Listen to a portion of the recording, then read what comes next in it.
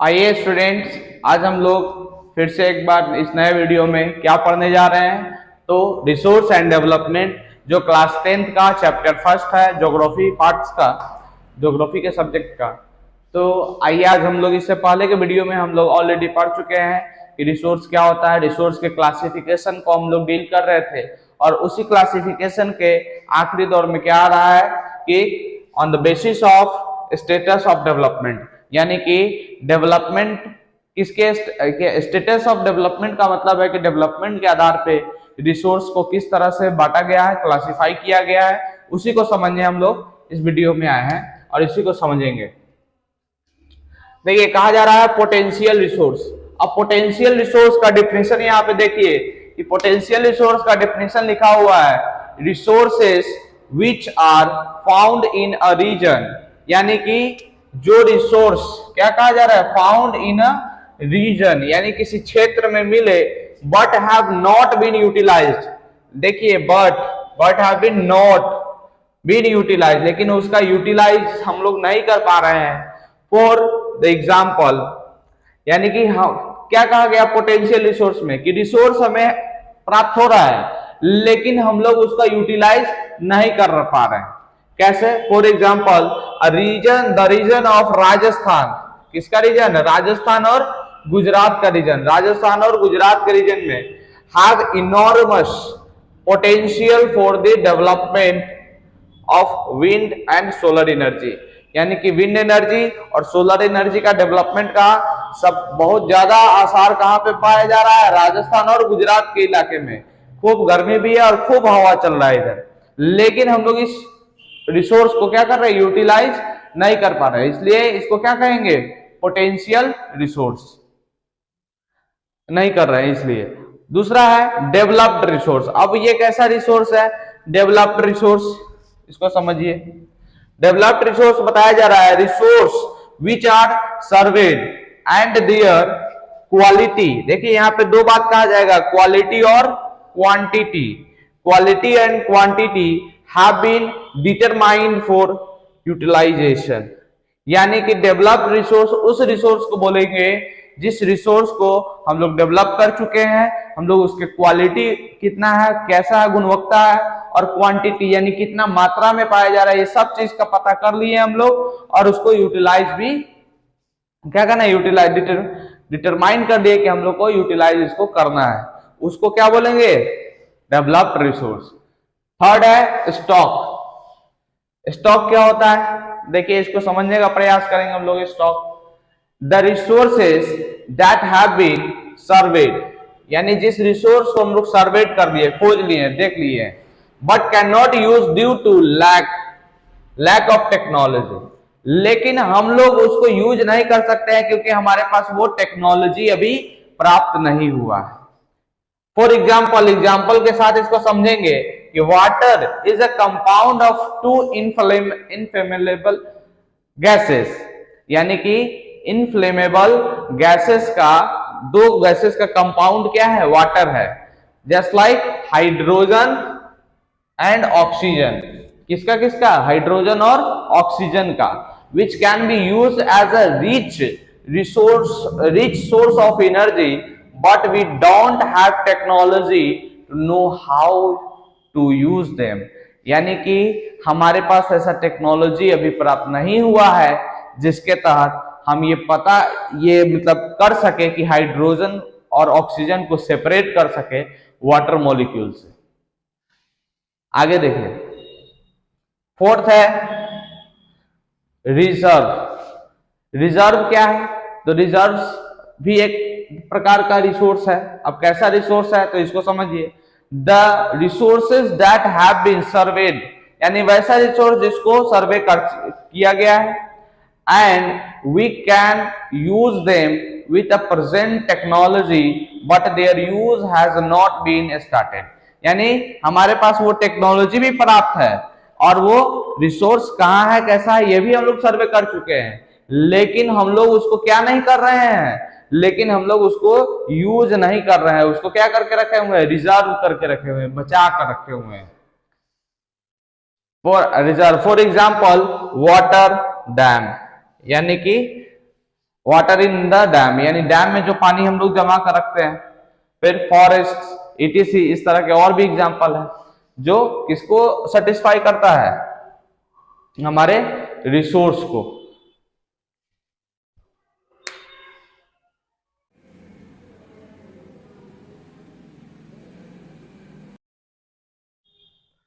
आइए अब आगे देखते हैं डेवलपमेंट ऑफ रिसोर्स। क्या नेक्स्ट टॉपिक है? Development of resource.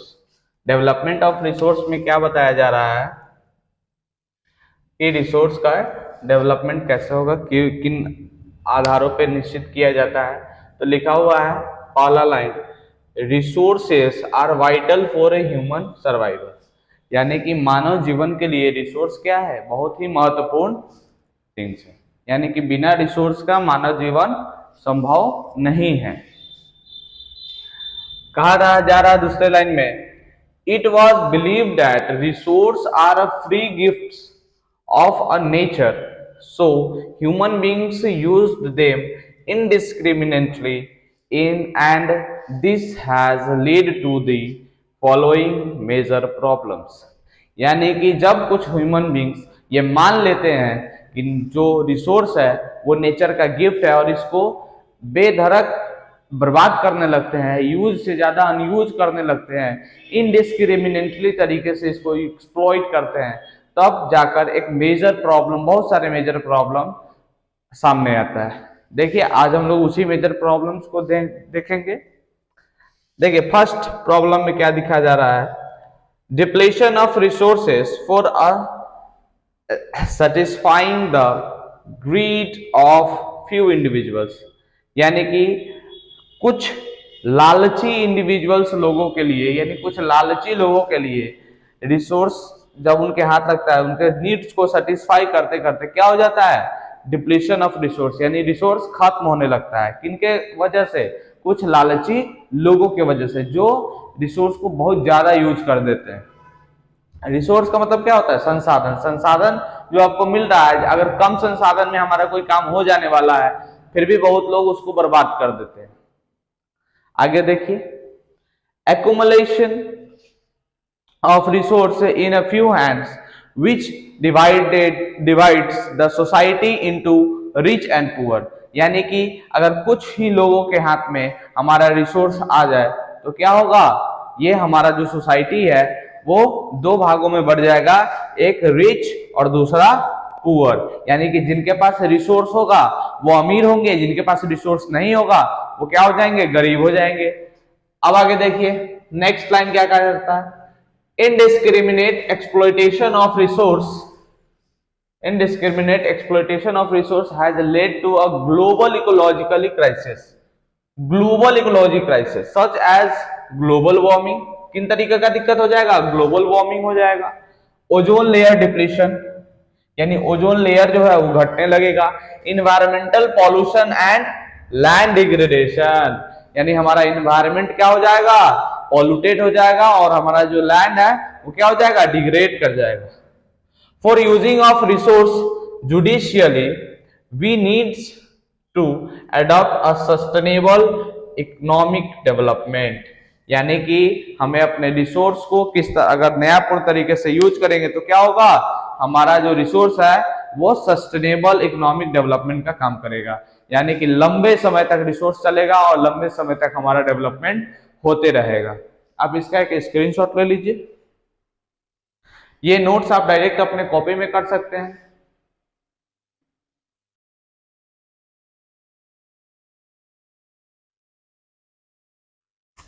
आइए स्टूडेंट्स, आज हम लोग एक जो वीडियो हम लोग का चल रहा था उसका नेक्स्ट टॉपिक है जो कि चैप्टर है रिसोर्स एंड डेवलपमेंट। उसी चैप्टर का यहाँ पे टॉपिक है on the basis of status of development, यानी कि स्टेटस ऑफ डेवलपमेंट के आधार पे जो रिसोर्स हैं वो कितने प्रकार के होते हैं, क्लासिफिकेशन के बारे में हम लोग पढ़ रहे थे और आज हम लोग उसी क्लासिफिकेशन को आगे कंटिन्यू करते हुए आज यहाँ पे क्या पढ़ेंगे, on the basis of status of development, यानी कि स्टेटस ऑफ डेवलपमेंट के आधार पे क्या कहा जा रहा है, क्लासिफिकेशन हम लोग कर रहे थे किसका, रिसोर्स का, और रिसोर्स के क्लासिफिकेशन में बताया जा रहा है on the basis of status of development, यानी डेवलपमेंट के आधार पे किस प्रकार है। तो यहाँ पे देखिए पहला है पोटेंशियल रिसोर्स। अब पोटेंशियल रिसोर्स क्या होता है स्टूडेंट्स, आइए देखते हैं हम लोग कि पोटेंशियल जो रिसोर्स है उसको क्या बोलते हैं, कैसे समझते हैं, उसका डिफिनीशन क्या है, क्योंकि डिफिनीशन ही हमको यह स्पष्ट करेगा कि आगे क्या बताया जा रहा है इसमें। रिसोर्स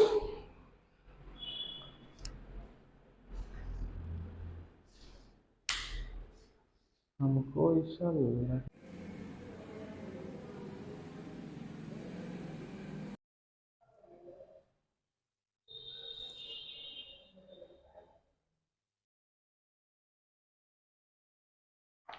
आइए अब हम लोग देखेंगे रिसोर्स प्लानिंग के बारे में, और इसके बाद हम लोग देखेंगे लैंड रिसोर्स के बारे में। अब देखेंगे रिसोर्स प्लानिंग क्या होता है। रिसोर्स तो समझ गए, रिसोर्स के क्लासिफिकेशन भी हम लोग समझ गए, अब रिसोर्स के प्लानिंग को समझेंगे कि रिसोर्स को प्लानिंग कैसे किया जाता है। आइए देखते हैं। Resource planning is a complex process. Resource को प्लानिंग करना एक कॉम्प्लेक्स प्रोसेस है। अब देखिए पहला प्रोसेस क्या है, प्रोसेस में फर्स्ट में क्या है, इन आइडेंटिफिकेशंस एंड इन्वेंटरी, यानी आइडेंटिफाई करेंगे कि कहाँ है, और या फिर इन्वेंशन करेंगे यानी खोज करेंगे कि कहाँ है, ऑफ रिसोर्सेस, किसका, रिसोर्सेस का, अक्रॉस द रीजन, किस क्षेत्र में है, ऑफ द कंट्री, यानी किसी देश के किस क्षेत्र में रिसोर्स मिल रहा है, पाया जा रहा है, उसको खोजेंगे और इन्वेंट्री करेंगे। उसके बाद क्या करा जा रहा है, आइडेंटिफिकेशन करेंगे, पहचानेंगे उसको। ये पहला प्रोसेस है। दूसरा प्रोसेस है involving planning structure innovated and with the appropriate technology. पहला क्या आ जाएगा, अप्रोप्रिएट टेक्नोलॉजी लाएंगे, स्किल एंड इंस्टीट्यूशनल सेटअप लगाएंगे। क्या लगाएंगे, पहला टेक्नोलॉजी उसका गेन करेंगे, दूसरा स्किल। स्किल क्या है, क्या जरूरी है, किन लोगों का जरूरी लगेगा, उस स्किल को पहचानेंगे, और फिर इंस्टीट्यूशनल सेटअप लगाएंगे for implementing resources and resources development plans, यानी रिसोर्स डेवलपमेंट को क्या करेंगे, डेवलपमेंट प्लान्स को यहाँ क्या किया जा रहा है, इंप्लीमेंटिंग करेंगे। इंप्लीमेंटिंग मतलब कि उसको कार्यरत बनाएंगे कि किस तरह से ये सेटअप पूरा बनेगा, किस तरह से रिसोर्स निकलेगा और डिस्ट्रीब्यूट होगा और हमारे डेवलपमेंट का में एक मेजर रोल प्ले करेगा। फिर है third, matching the resource development plans, यानी जो रिसोर्स डेवलपमेंट प्लान्स होगा वो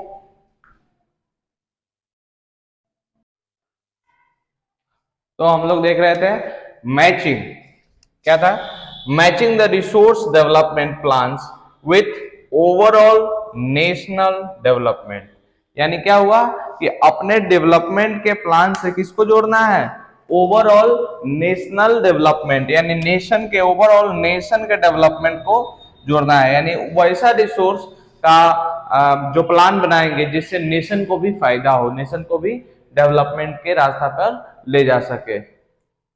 अब है लैंड रिसोर्स, यानी कि अभी तो रिसोर्स पढ़ ही रहे थे, अब एक नया टॉपिक आ गया है लैंड रिसोर्स। ये इस चैप्टर का दूसरा फेज यहां से शुरू होगा। अब क्या पढ़ेंगे, लैंड के बारे में, जमीन के बारे में। लैंड रिसोर्स क्या है, land is a natural resource. क्या है ये, नेचुरल रिसोर्स है ऑफ आउटमोस्ट इंपॉर्टेंट, और ये बहुत ही महत्वपूर्ण है। क्यों महत्वपूर्ण है तो देखेंगे, it supports a natural vegetation, यानी प्राकृतिक वनस्पति को क्या करता है, सपोर्ट करता है, वाइल्ड लाइफ को सपोर्ट करता है, ह्यूमन लाइफ को सपोर्ट करता है, इकोनॉमिक एक्टिविटीज को सपोर्ट करता है, transportation and economic communication system को सपोर्ट करता है। ये सब कौन कर रहा है, तो लैंड रिसोर्स ही कर रहा है। क्या कर रहा है, पहला क्या समझे, लैंड रिसोर्स क्या है, तो लैंड रिसोर्स जो है वो क्या है, नेचुरल रिसोर्स है और बहुत महत्वपूर्ण रिसोर्स है। दूसरा टॉपिक क्या समझे हैं, नेचुरल वेजिटेशन को सपोर्ट करता है, वाइल्ड लाइफ को सपोर्ट करता है, ह्यूमन लाइफ को सपोर्ट करता है, फिर इकोनॉमिक एक्टिविटीज को सपोर्ट करता है और ट्रांसपोर्टेशन कम्युनिकेशन सिस्टम को भी सपोर्ट करता है। सपोर्ट यानी सहयोग करता है, बिना लैंड के ये सब कुछ नहीं हो पाएगा, लैंड है तभी ये सब चीज है। Land is present in a limited size, limited size में मौजूद है क्या, land, so we must use them effectively, और इसलिए हमें जरूरी है कि उसका अच्छे से सदुपयोग करें, ना कि दुरुपयोग करें। क्या पढ़े एक बार फिर से देख लेते हैं इस टॉपिक में। रिसोर्स प्लानिंग के बारे में क्या देखें, रिसोर्स प्लानिंग 3 तरीके से किया जाता है। पहला क्या बताया जा रहा है, आइडेंटिफाई करेंगे, क्या बताया गया, आइडेंटिफाई करेंगे, इन्वेंट्री करेंगे रिसोर्स का अक्रॉस रीजन, किस क्षेत्र में, देश के किस हिस्से में वो चीज मिल रहा है। फिर दूसरा है इन्वॉल्विंग प्लानिंग स्ट्रक्चर, उसके बाद उसके लिए स्ट्रक्चर, प्लानिंग स्ट्रक्चर बनाएंगे कि जैसे कि उस टेक्नोलॉजी को कैसे प्राप्त किया जाए, किन स्किल का जरूरी पड़ेगा, किन इंस्टीट्यूशनल सेटअप को लगाने का जरूरी है, फिर इम्प्लीमेंटेशन कैसे होगा, और सबसे आखिरी अपने जो रिसोर्स डेवलपमेंट होगा, उसके डेवलपमेंट प्लान्स होगा, उस प्लान्स को ओवरऑल किसके साथ, ओवरऑल पूरा नेशन डेवलपमेंट प्लान के साथ ऐड करेंगे। किसके साथ ऐड करेंगे, पूरा नेशन के डेवलपमेंट के साथ ऐड करेंगे। लैंड रिसोर्स क्या बताता है, लैंड रिसोर्स में फिर वही बात देख लीजिए कि लैंड रिसोर्स क्या है, नेचुरल रिसोर्स है, और ये सपोर्ट करता है natural vegetation, wild life, human life, economic activities, transportation and economic system को डेवलप करता है, सपोर्ट करता है। और लैंड जो है वो काफी कम मात्रा में मौजूद है हमारे धरती पे, तो उसको काफी अच्छे से सदुपयोग करना है, ना कि उसका दुरुपयोग कर देना है। आइए इसका आप स्क्रीनशॉट ले लीजिए।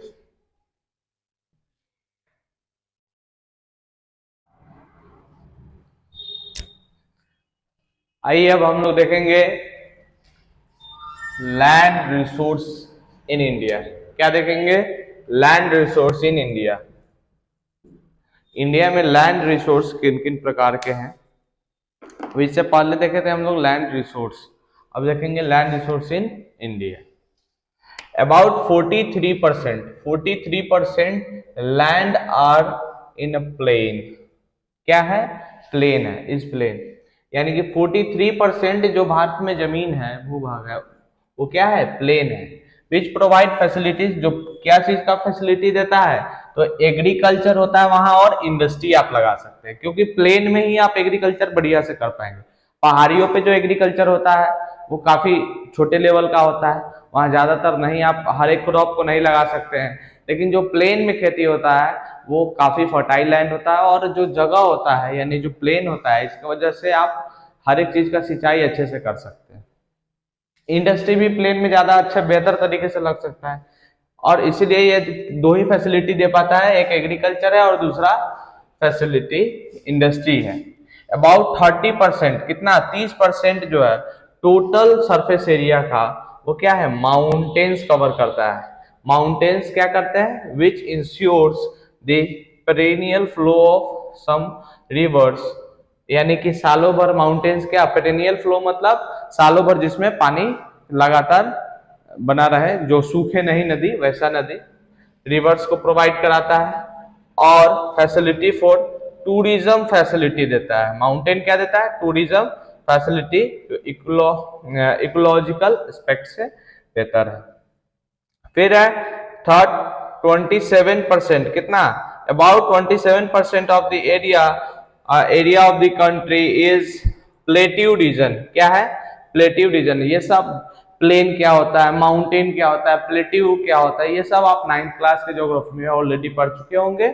आज यहाँ पे क्या देख रहे हैं, 10th का रिसोर्स एंड डेवलपमेंट चैप्टर चल रहा है, उसका ये क्या बताया जा रहा है, 27% जो है क्षेत्र भारत का, वो क्या है, प्लेट्यू रीजन से कवर है।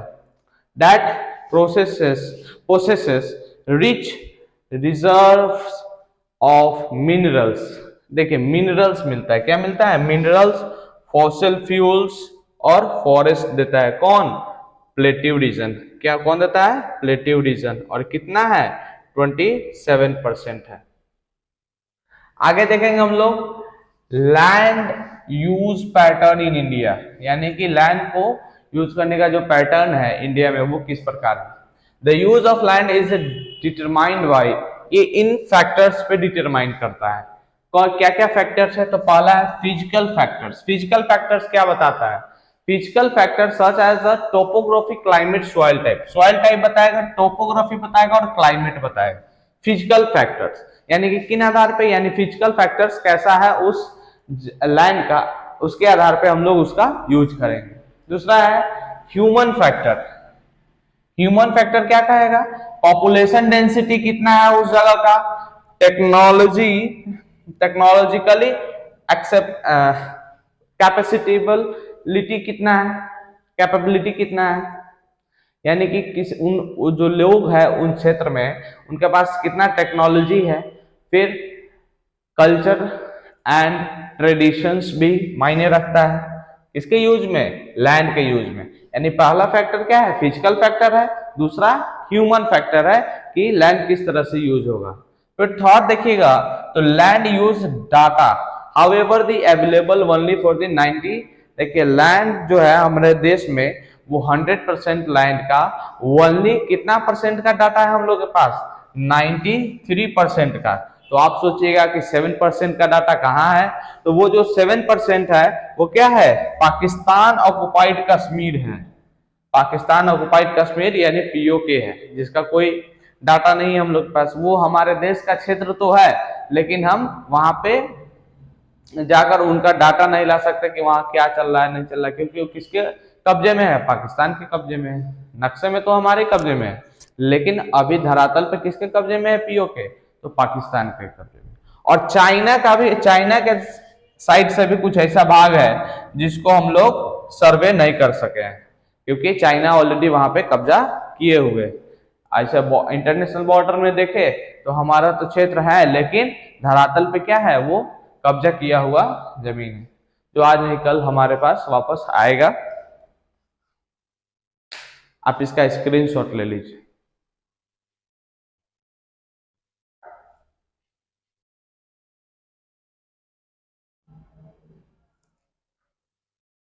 आइए अब नेक्स्ट टॉपिक देखते हैं, land degradation. Land degradation and conservation, यानी कि जो भूमि है यानी जो लैंड है वो कैसे डिग्रेड कर रहा है यानी खत्म हो रहा है, और उसको कंजर्व कैसे करेंगे, ये दोनों चीज सेम टॉपिक में पढ़ेंगे। देखिए human activity such as deforestation, यानी जंगलों को काटने से, ओवरग्रेजिंग, ज्यादा पेड़ पौधा के कटने से, ज्यादा जो जमीन है उसको सपाट खाली कर देने से, माइनिंग, यानी कि समझ रहे हैं कोयला निकाल रहे हैं, खनिज निकाल रहे हैं, अलग अलग चीज को, तो क्या कर रहे हैं, जमीन को, लैंड को माइन कर रहे हैं। And quarrying contributed in a land degradation, ये सारे जो कारण है ये क्या बनता है, लैंड डिग्रेडेशन के कारण बन रहे हैं आज के दिन में। तो आइए measures to control land degradation, क्या क्या तरीका है कंट्रोल करने का डिग्रेडेशन का। तो यहाँ पे हो रहा है डिफॉरेस्टेशन यानी जंगलों की कटाई, यहां लगाएंगे हम लोग एफॉरेस्टेशन, खूब सारा जंगल लगाएंगे। दूसरा है planting shelter belt of plants. अब शेल्टर बेल्ट क्या होता है इसको समझिए। मान लीजिए यह एक फील्ड है या एक खेत है, फील्ड है, जमीन का टुकड़ा है, इसके चारों तरफ से हम पेड़ लगा देंगे, चारों तरफ से पेड़ लगा देंगे, ये क्या बन जाएगा, शेल्टर बेल्ट। अब इस भूमि का ये जो लैंड है इसका एक भी कण दूसरी ओर जाएगा, नहीं जाएगा। क्यों, क्योंकि ये जो पेड़ के जो जड़ है, रूट्स हैं, वो क्या करेंगे, इस मिट्टी को बांध के रखेंगे। क्या करके रखेंगे, बांध के रखेंगे। ये सारे जड़ क्या करेंगे, इस मिट्टी को इधर उधर नहीं जाने देंगे। तो क्या हो जाएगा, ये क्या कहलाएगा, शेल्टर बेल्ट ऑफ प्लांट। फिर कंट्रोल ऑन ओवर ग्रेजिंग, यहाँ ग्रेजिंग ओवर ग्रेजिंग हो रहा था, यहाँ पे क्या करेंगे, कंट्रोल करेंगे, ओवर ग्रेजिंग को कम करेंगे।